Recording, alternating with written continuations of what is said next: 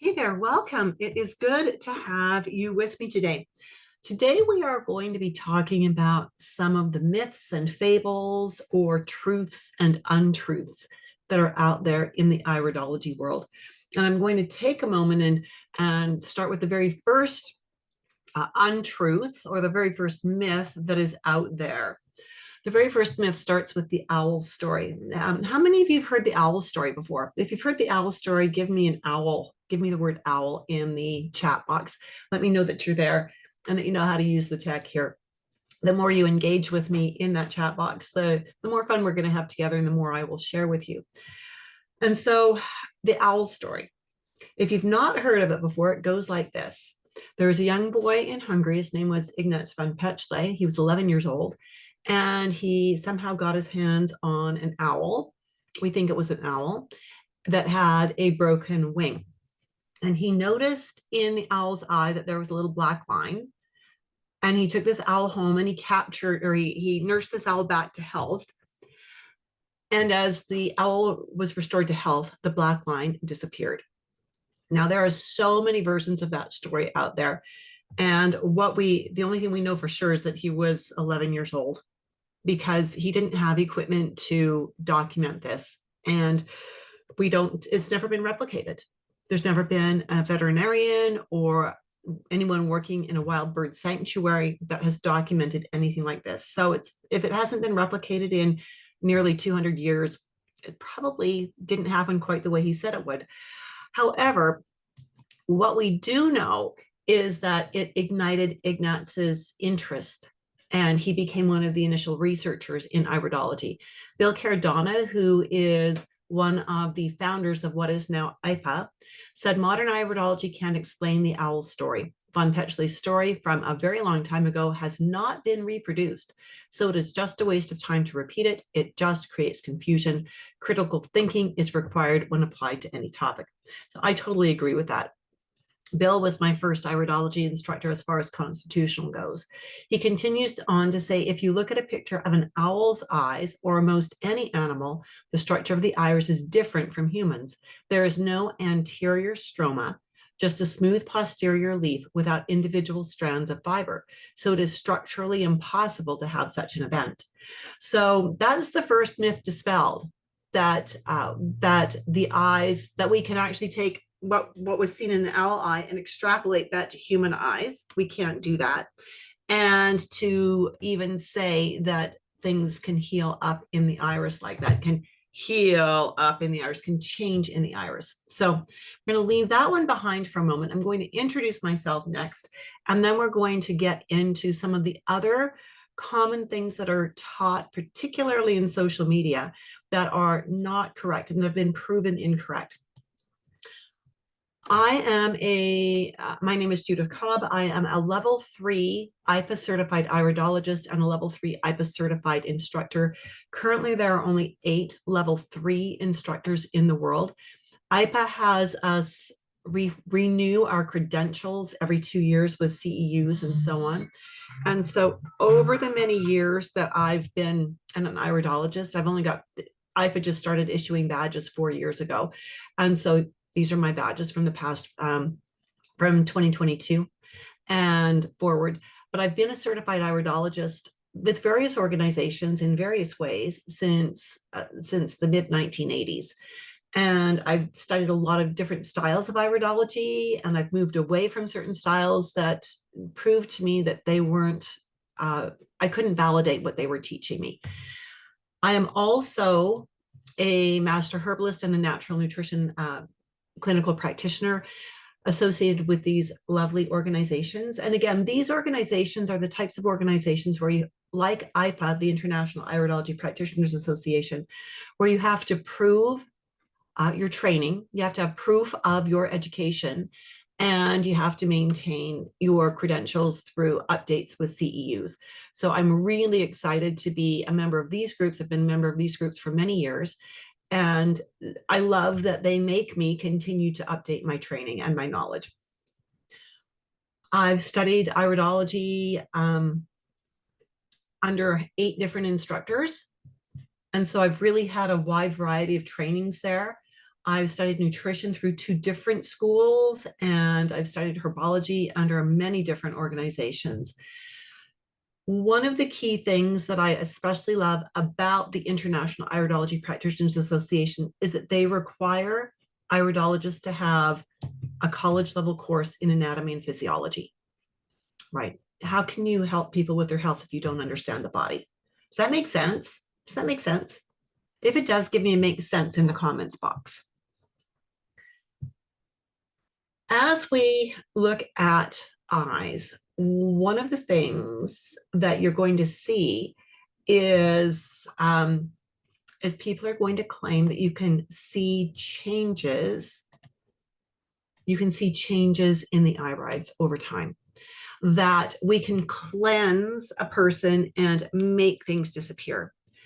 So last week we talked about, over the last few weeks, we've talked about eye anatomy and things like that. And so hopefully you've been with me for those. But here we have the picture of an eye from a man taken just over 20 years apart. This is the same person.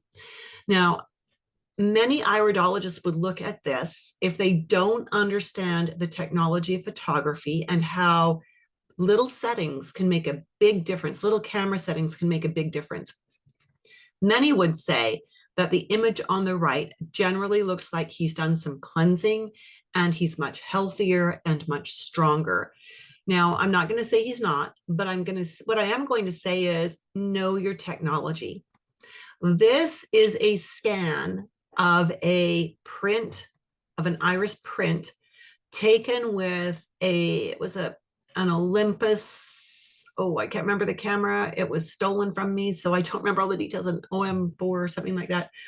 And it was an incandescent flash that was used. Now, incandescent means it's yellowish, which when you shine yellow on blue, it's going to make the blue look a little more green, right? And this was shot with a 24 megapixel digital camera with an LED flash. LED tends to have a slightly blue hue, which is going to make this look a little more bluish. And so when we look at this and we see those color differences, we need to always be willing to look at the tech and to decide, was the tech the same from one photo to the next? If the tech was not the same, for many aspects of iridology, you cannot have a before and after comparison. Does that make sense? If that makes sense, give me TECH tech in the chat box. It looks like everybody is sleepy today. Nobody's playing with me in the chat box. And I know I've got my chat set up for everyone to be able to chat with me. So, yeah, so let's see some engagement in the chat box, please. What we can see, and what we know about iridology is we do not fast or cleanse or bleach pigment out of an eye. Once it's there, it's there. And it's there because of genetic cues. It's there because the body genetically said, this is the time that's supposed to show up. Much the same as my hair hasn't always been gray. There was a point in time about 10 years ago where my hair started to go a little bit gray. And, you know, good nutrition and all that. And I still go gray. However, we do see pigment accumulation or pigment building in an eye over time, many times. And so in the ensuing 20 years between these photos, we've got this pigment that has developed. When we see that this pigment has developed, we consider the color of the pigment, because different pigments teach us about different organs that inherently want to be out of balance. And the placement of the pigment tells us which organs are going to be impacted by that. Right? So for example, if we have the pigment color that suggests a liver imbalance, and that pigment color is sitting in the part of the eye that teaches us about liver, we call that a double whammy. That's our highly technical term. It means that the liver is making things difficult for itself. If, however, we saw a liver pigment that built in a kidney reaction field, it would tell us that the liver wants to make things difficult for the kidneys. And in a case like that, we are going to then have to determine, does the client have symptoms in the kidneys that need to be placated? And what do we need to do to help the liver function better so that it cannot have such a strong negative impact on the kidneys? Did that make sense? If that's made sense, give me a makes sense in the comments box, in the chat box. Thank you, Grace. And thank you, Lori. I appreciate you dropping comments in there. And so what we need to remember when we're looking at photos is to always ask the question, is the tech the same? You know, from any science that you've done, any lab work that you've done, if you are trying to compare two things, you've got to control all the variables. And photography is notoriously inaccurate. How that camera is set is going, all the settings in there are going to determine a lot about the output, the kind of light you use, the direction of the light, the intensity of the light. It's all going to change everything. So you need to be aware that particularly for color comparisons, we will not see changes if let me rephrase that. We cannot make a comment on color changes if we have different technology involved, right? We need to control the parameters, and here the parameters are the tech. Here's another thing that is commonly taught. Now you're going to notice these pictures all have slightly different coloration. Part of that is it was a different setting that was used from the 2017 to the 2019, different camera settings. And so that's going to account for some of it. We're going to put the color aside for the moment. What I want you to focus on is how the threads are sitting in the eye. How the threads are sitting in the eye. Particularly, we're looking right here. These are my eye photos from 2 years before I broke my arm twice in 1 year. This is just about 3 or 4 days after I broke the arm. And I actually had a double surgery to install 2 plates in my arm. This is actually about 10 weeks after, 8 to 10 weeks after that one, where I had fallen again. I'd slipped on some stairs and I broke the olecranon. So I broke my elbow in the same arm, ended up in surgery with wire installed to pull those bones together again. Again, we don't see any difference in this area. And then couple months later, how was the healing going? Well, we don't see the indications of healing. Originally, when I learned iridology, I was taught that if we had a break or a surgery, there would be a black line, just like the owl story. There would be a black line in the eye where that had happened. And that as things healed, that would go away. And or extra fibers would build in that area, showing us that healing had taken place. But what we see with this, you would think with having 3 broken bones in the space of 10 weeks and what amounted to 3 surgeries, 2 of them under one anesthetic, the other one under one anesthetic, you would think that my eye would have shown something for that poor left arm, right? And it didn't. It didn't at all. So we don't see healing lines come up. What I later recognized, I don't think I've got a good image of this. If I see one, let me just come back here. We were taught originally that an area like this, a gap like this, again, would have more fibers come in as it was being healed. What we were not taught, what we didn't know back then, and I'm talking 4 decades ago, like 4 decades ago when I started learning iridology, what we weren't taught is that the eye is made up of layers of fibers. And when we have an opening like this, that is an opening in the top layer of fibers, so that what we're looking at in here are fibers that are down a layer or 2 or 3 or 4, right? And so healing lines don't happen. Healing lines don't happen. Extra fibers don't build in the iris. We're just looking at fibers that are down below. Whenever we had claims of before and after with healing lines forming in an eye, it was always photos that were similar eyes, but obviously not the same eye. So it wasn't a real before and after. All right, pigments again, can we cleanse them out? The answer is no. These are all genetically set. We've kind of touched on this already.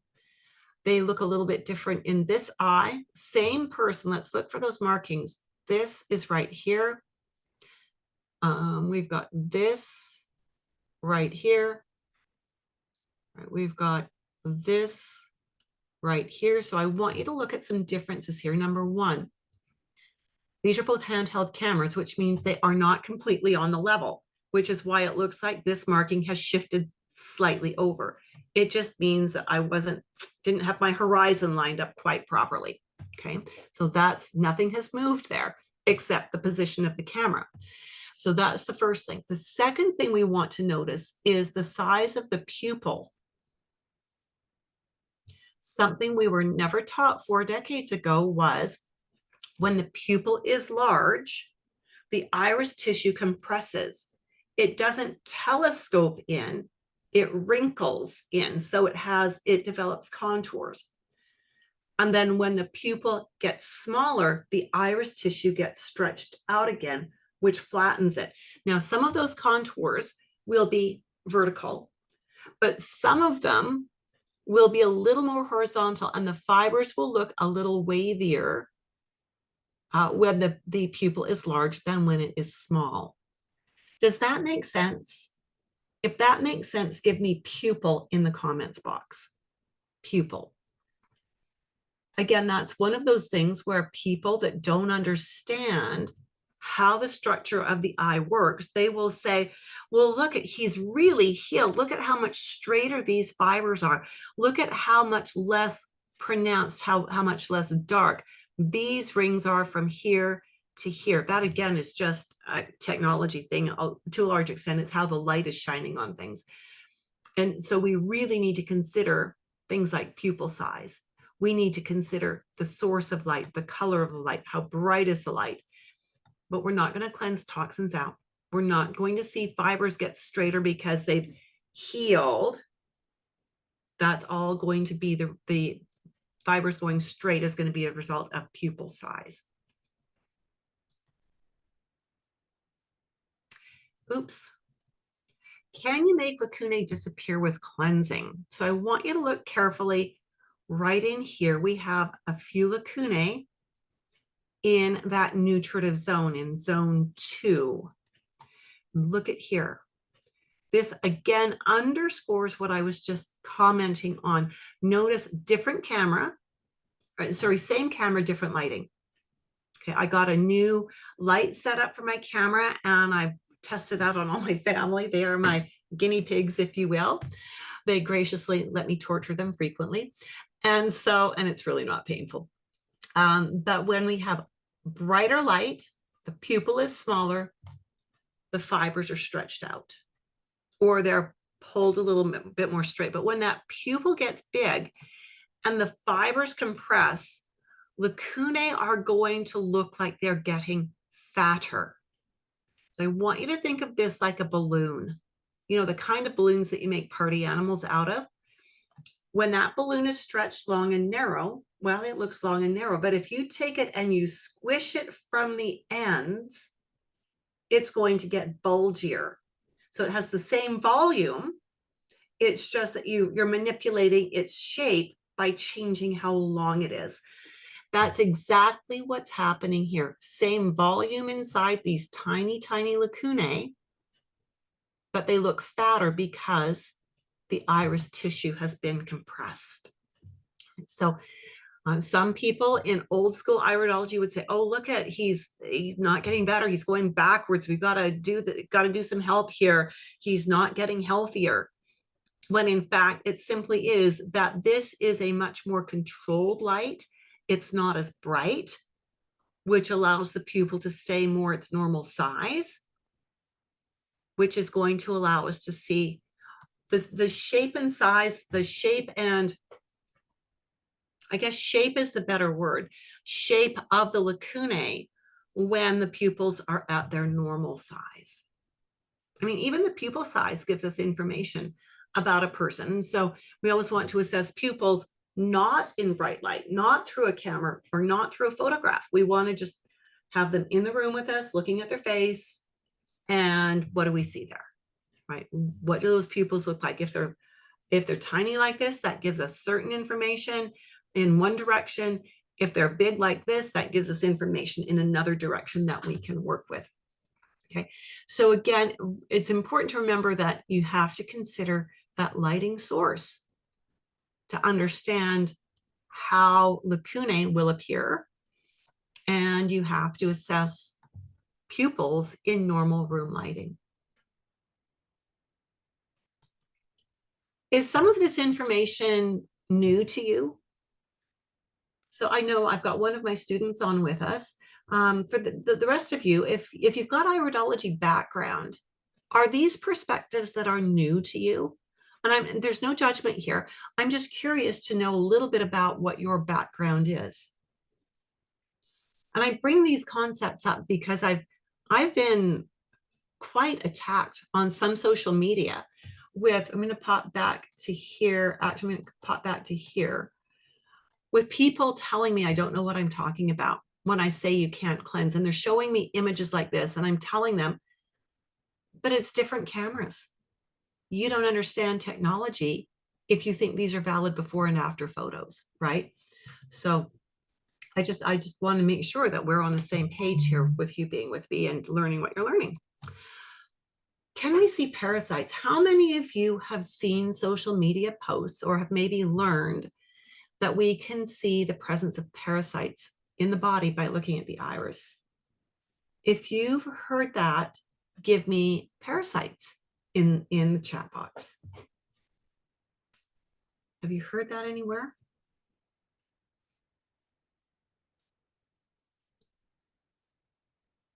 All right.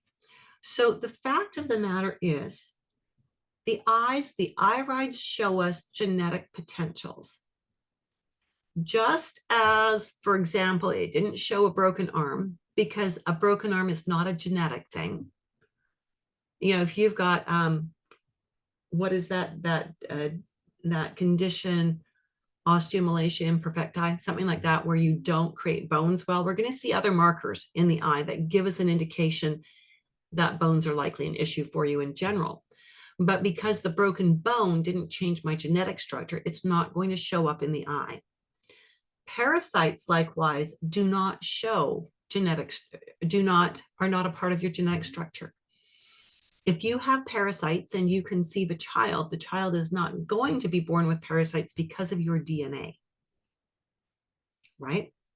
And so when we see these black lines radiating outward that we were originally taught 4 decades ago meant you have parasites, we now know that is incredibly wrong because we do not see the presence of parasites in through the eyes like this.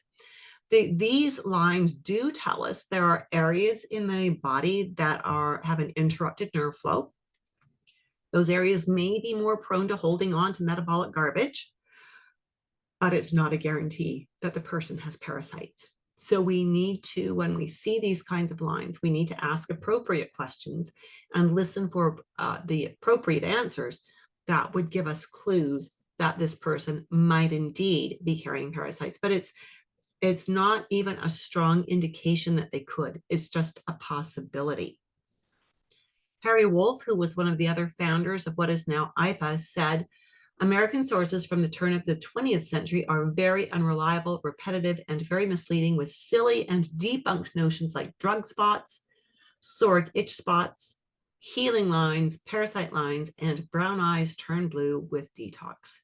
Thank you, Harry Wolff. Truly appreciate that. So which iridology chart is correct? That's a huge question because you're going to see a lot of charts out there. And I'm not necessarily going to say that one is correct and one is incorrect or anything like that. But what I'm going to say is consider why you want to do iridology and what your end goals are in learning this skill, particularly if you want to learn it for clinical practice. The reason I say that is when we look at most of the iridology charts that are on the market, every little space is filled with something, is filled with an organ area. And in many cases, those organ areas don't give us a ton of information. They may be useful for a particular setting, but when we're doing constitutional iridology, that's how the body actually works, how the organs work with each other. There may be things on those detailed maps that are not as important. And so, some of those areas are so small, like this map is divided into 60 minutes, if you will. And some of those areas on some of the other maps are less than 1 minute or 1 degree wide. And that means if you're like me and you've got your camera just not quite level, you're going to be assessing that person incorrectly, right? And that's a really important consideration. So this iridology map that I developed based on the work of Bill Cardona, he created a beautiful map very similar to this. And I approached him and I said, and he knew that there had been research ongoing. He just hadn't had time to update his map. So I asked for permission to update basically his map and create a new one. And he graciously gave me that permission. With constitutional iridology, we are focusing on organs that have a metabolic impact. Now, by that I mean my outer ear doesn't necessarily have a metabolic impact. My hands don't necessarily have a metabolic impact. If I've got some kind of cancer there, then yeah, they will.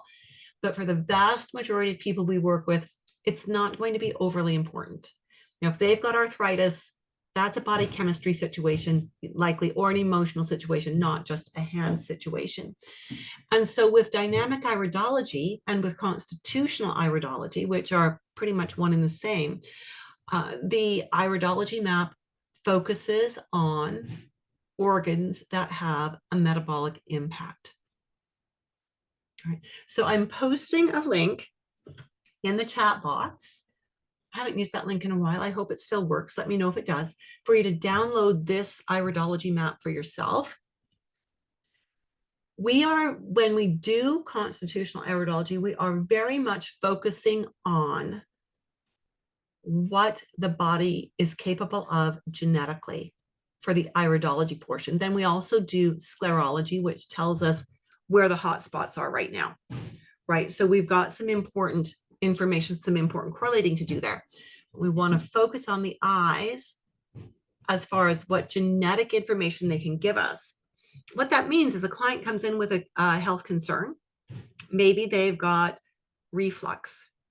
We want to assess their eyes based on their concern.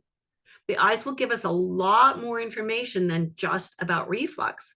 But when we know our anatomy and physiology, we're going to be able to see several different markers in the eyes that could give us information about why this person has reflux. And when we understand that, we understand what we need to recommend for dietary and supplement work. Maybe we've got a person coming into us with fertility issues. So they're trying to get pregnant. I work a lot with polycystic ovarian syndrome and the usually comorbidity of type 2 diabetes or insulin resistance.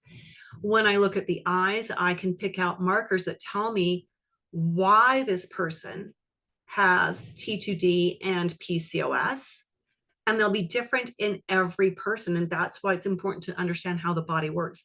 When I understand what this person's eye markers mean, then I understand how to coach this person in a direction that's going to work towards improving their fertility.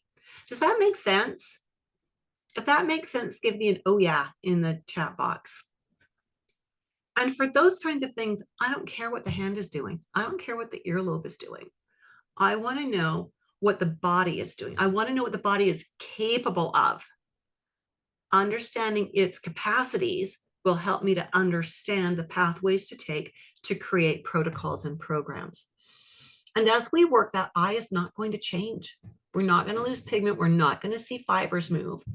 Client might come in 5 years from now. Maybe it's the fertility person and we've got their hormones balanced out. Maybe they've had their baby. They're doing all the things that we talked about. They're keeping their hormones balanced, but now they have another issue. Their eyes will not, they might have acquired some pigment, but that will be all, because that often happens as we get older. But I can go back to those eyes, and now some of the markings that I used for their fertility may actually give me information about this new problem. So a marking can be assessed in several different ways when we have that context container to work within. So it's never one marking means one thing. That sound good? So another question that we often get is brown pigment in a blue eye an indication of toxicity? The answer is absolutely no. We do not see toxicity in an eye. We see toxicity in symptoms, but not in the eye, because this eye is genetically set. There is nothing this person has done to put the brown pigments into their eye. The brown pigments teach me which organ wants to be out of balance and which other organs it wants to influence. When I correlate that with their symptoms, I then understand, do I need, again, to placate a recipient organ? And what is the best way to support the dominant organ to help it do its jobs better, right? Is yellow pigment an indication of sulfur buildup? Absolutely not. These are both ideas that are based on theories from the early 1900s, where iridologists who were researching things wondered, could this be?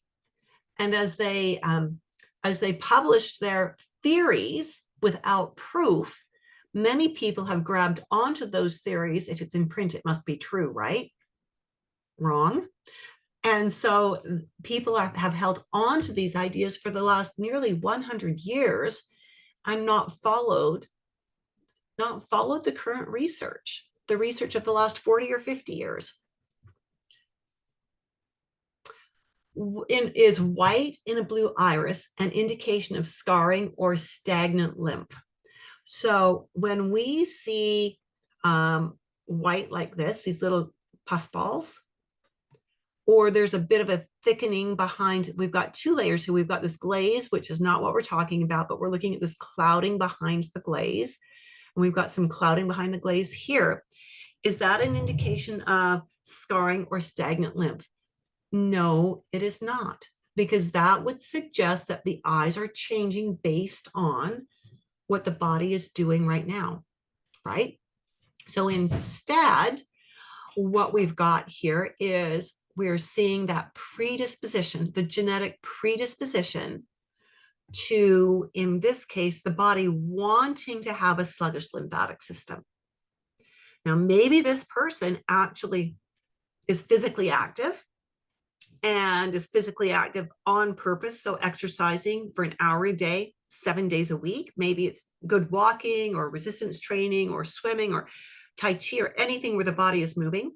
Maybe they've got a super clean diet. Maybe their digestion, they're supporting their digestion really well. So there's no reason the lymphatics should be blocking up.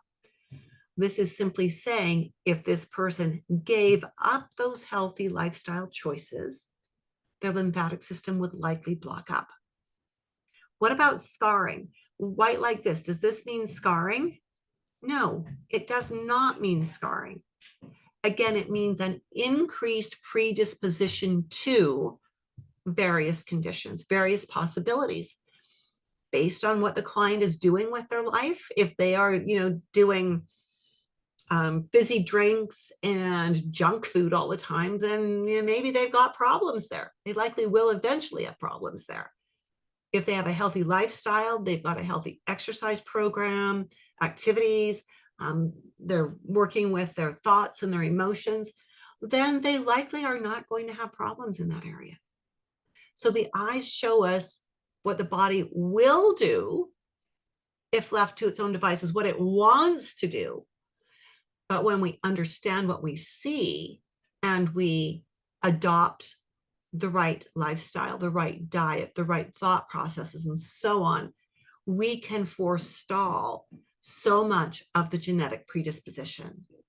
And that's beautiful because it means that we give hope. We give hope. We give people something to work for, right? We give something to work towards.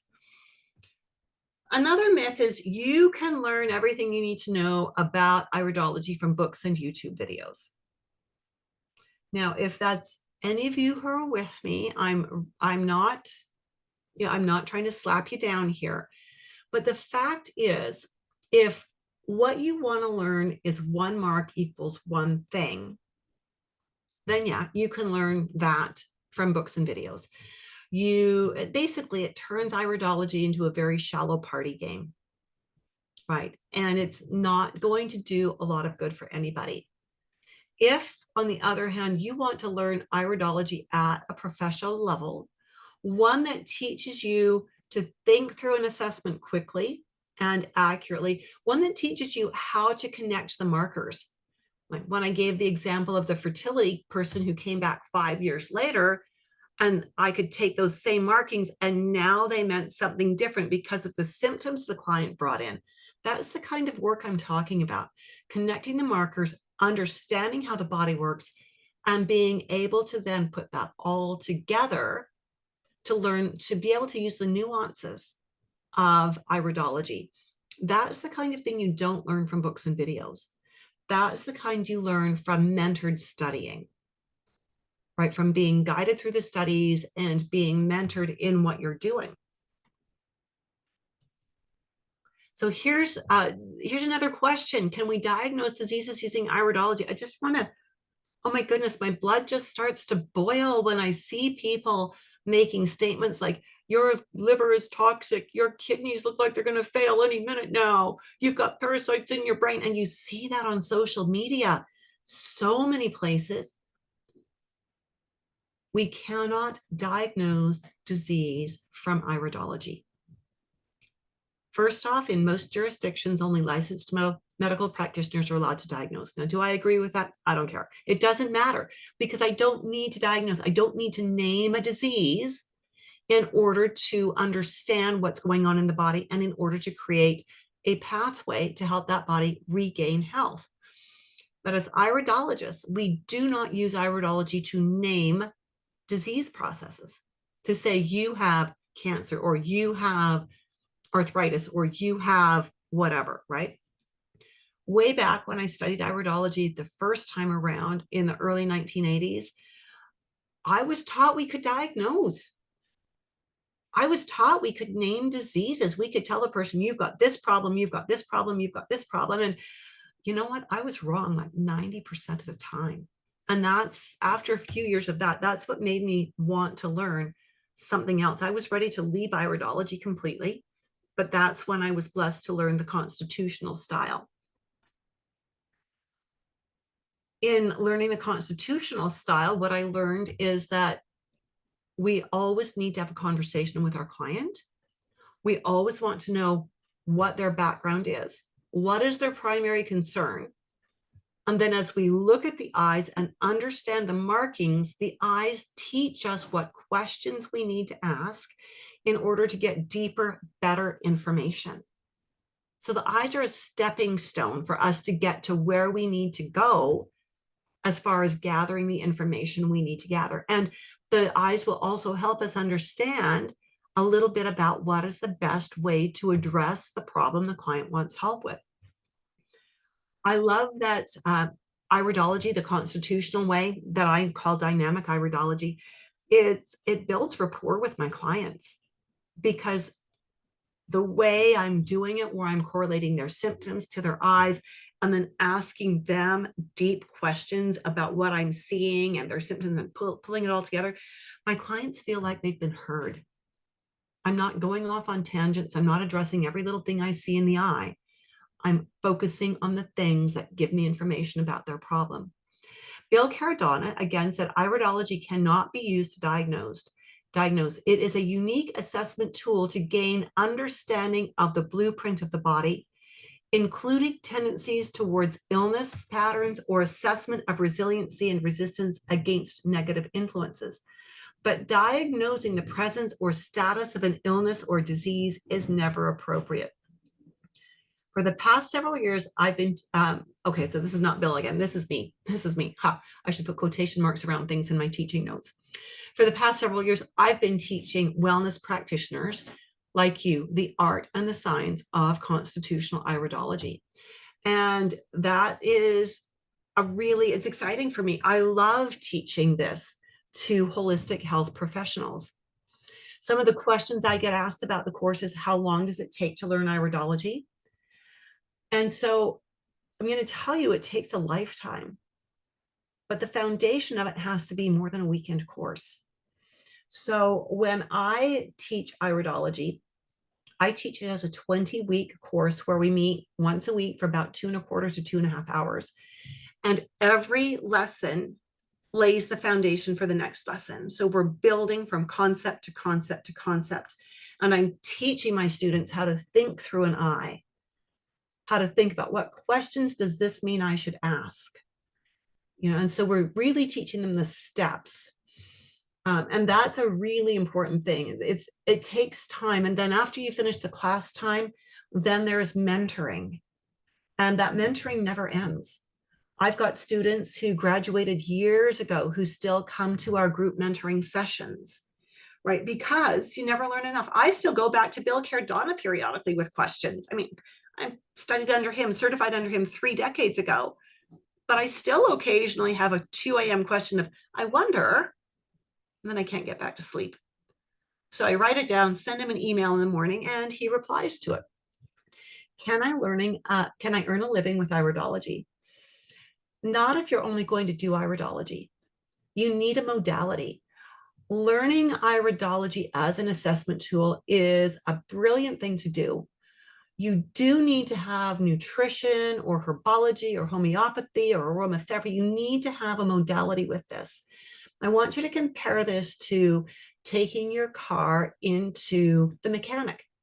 It's a mechanic you've heard good things about, and you think, okay, I'll try a new mechanic. You take your car in, and he spends 10 minutes with your car. He says, yep, I know exactly what's wrong, but we don't actually fix cars here. We just assess them. You have to go to Joe down the street. He knows how to fix it. I'll send him the notes, and he'll know what to do with that. He can't assess them, but he can only fix them. It's like, really? Huh. So that's what iridology without a modality is like. You need a modality. And so you can learn iridology without a modality, but you're going to need a modality in order to learn, or in order to use iridology to make a living. I found a course that is taught from books and videos. Is that good enough? Well, again, it depends on how deep you really want to go.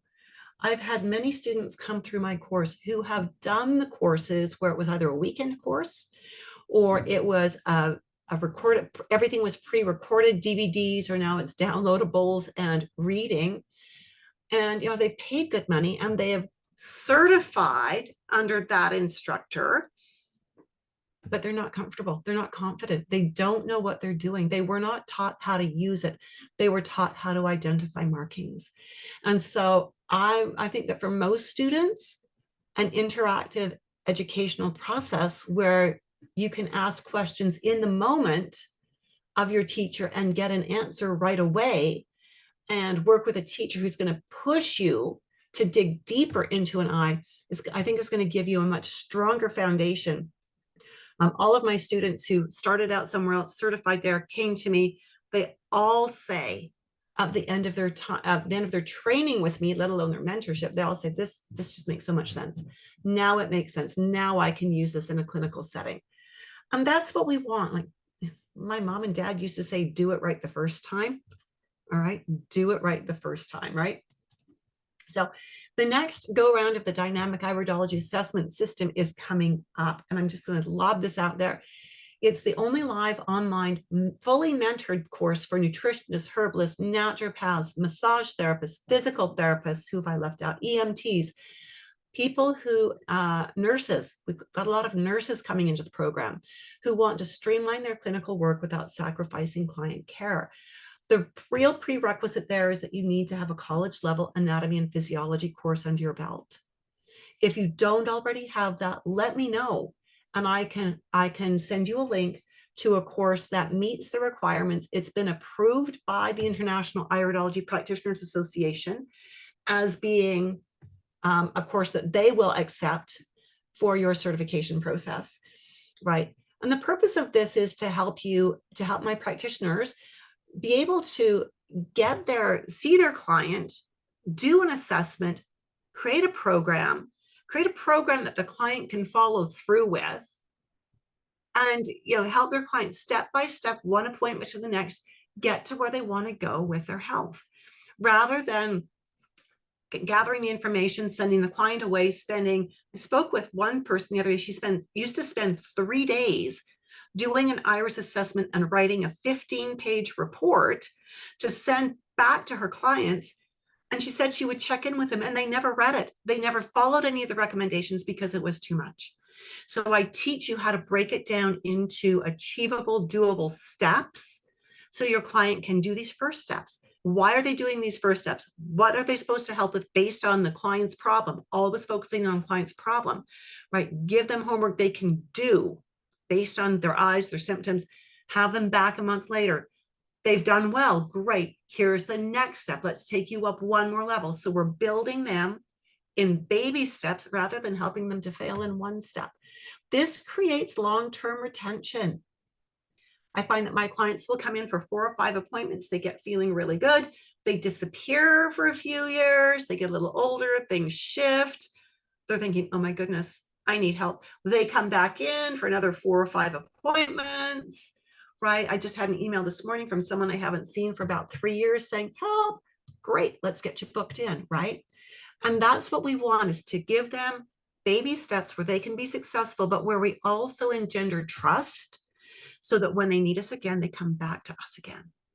How does that sound? Does that sound like what you would like to have in your work? If it does, give me something. Just drop something in there that says that's what you want. I want that. Give me an I want that. That you want clients coming back to you on the long term so that you're not having to constantly look for clients. So the next course is starting on April 11th. And again, I don't just lob out a registration link. You just can't go there and just sign up for it. We need to have a conversation. And I want to get to know you. I want to get to know that you've got the A&P. I want to help. I want to make sure this course is the right fit for you. If it's not the right fit for you, you're going to drop out. You're going to get overwhelmed. Neither of us will have met our goals. And my purpose in teaching is to help you meet your goals. So I invite you to schedule a Zoom call with me. I should have had this where I could cut and paste it, and I don't. Just give me a second. There we go. I invite you to schedule a Zoom call with me. And I have a typo in there. Let me get this in there. I do that one right? Nope. My fingers and my brain don't always talk to each other very well. There we go. That one is the correct link. There we go. And so it's an opportunity for us to just chat, make sure that our energy meshes, make sure that this is the right thing for you right now, answer any questions you've got, give you a tour of the student site, right?